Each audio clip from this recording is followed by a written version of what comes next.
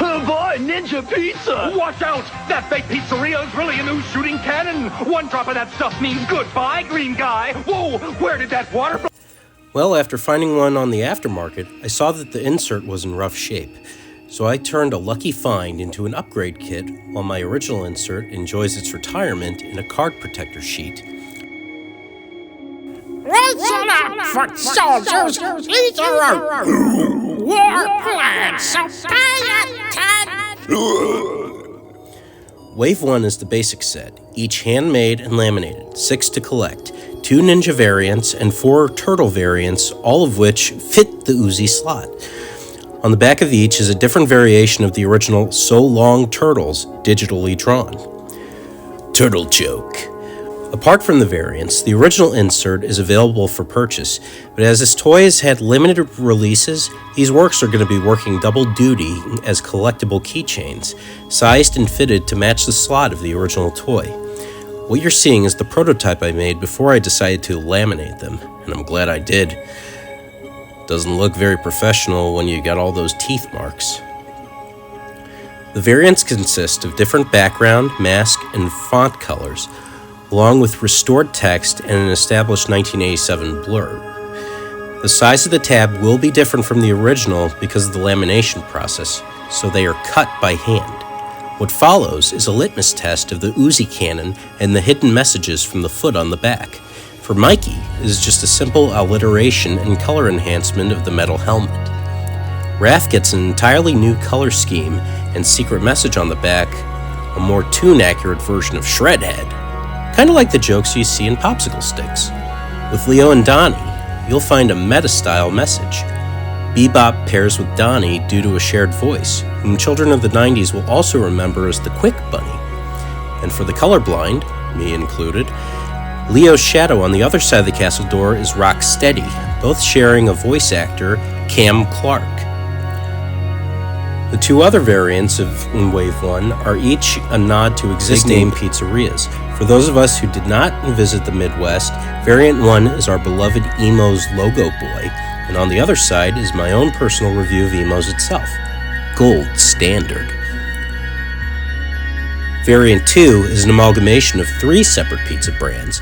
Leave a comment if you can guess who they are. And on the other side of the wall is a bot that premiered in the 2-part primetime special, Planet of the Turtleoids, Chrome Dome. Yeah, I know what you're thinking, but not all the jokes are going to be as good as gravy.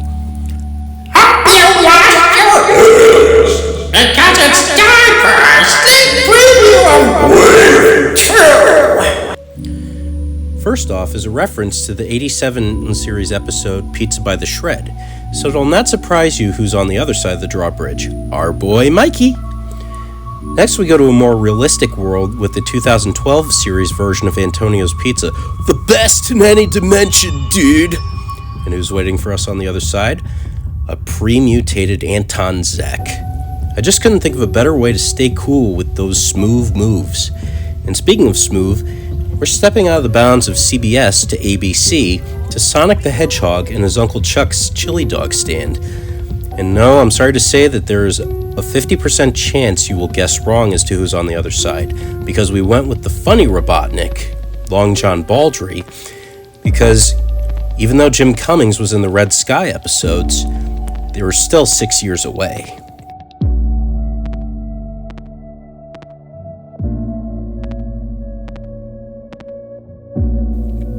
The next one is the literal meaning of splitting hairs.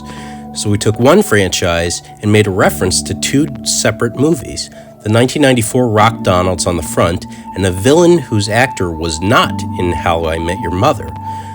The villain from The Man Called Flintstone, the Green Goose. Odds are 5-1 that anyone who is a fan of anthropomorphic Ninja Turtles will have at one point enjoyed the adventures of 6 little ponies, one of whom worked in a literal sugar shack. And we are in for big trouble. Retreat! Next is a warp zone that leads to one of 2 places. 1, Guinan's beautiful bar on the Enterprise D, or someplace on the space station DS9. Let's see where it leads. Oh no, not this! Luckily, I have security on speed dial.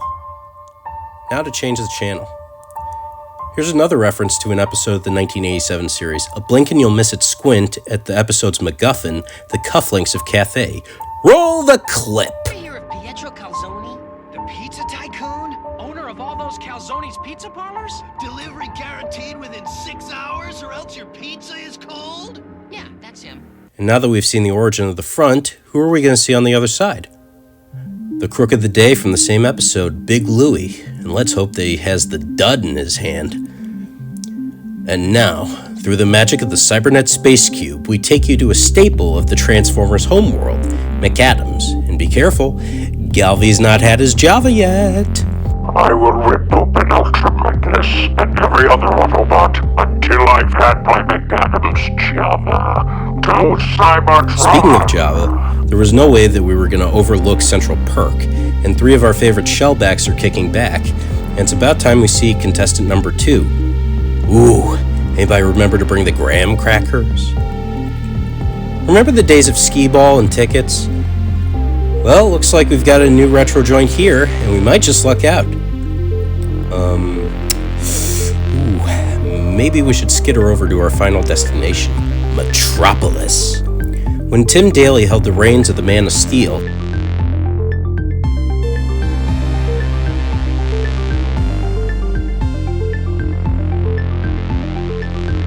his mission to clear a death row inmate brought him to round-the-clock pizza, where a St. Louis alum's voice could be heard. Now, the villain of the episode was difficult to come up with a pun for, so I went with a shared voice between the 2 franchises. Dog pounding the door is another Chrome Dome, Lex Luthor. Soft serve kryptonite. I'll make a killing.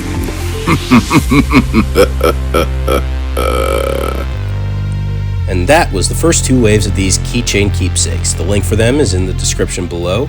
Be sure to give a like and comment if you liked what you saw. Patents form and fly out.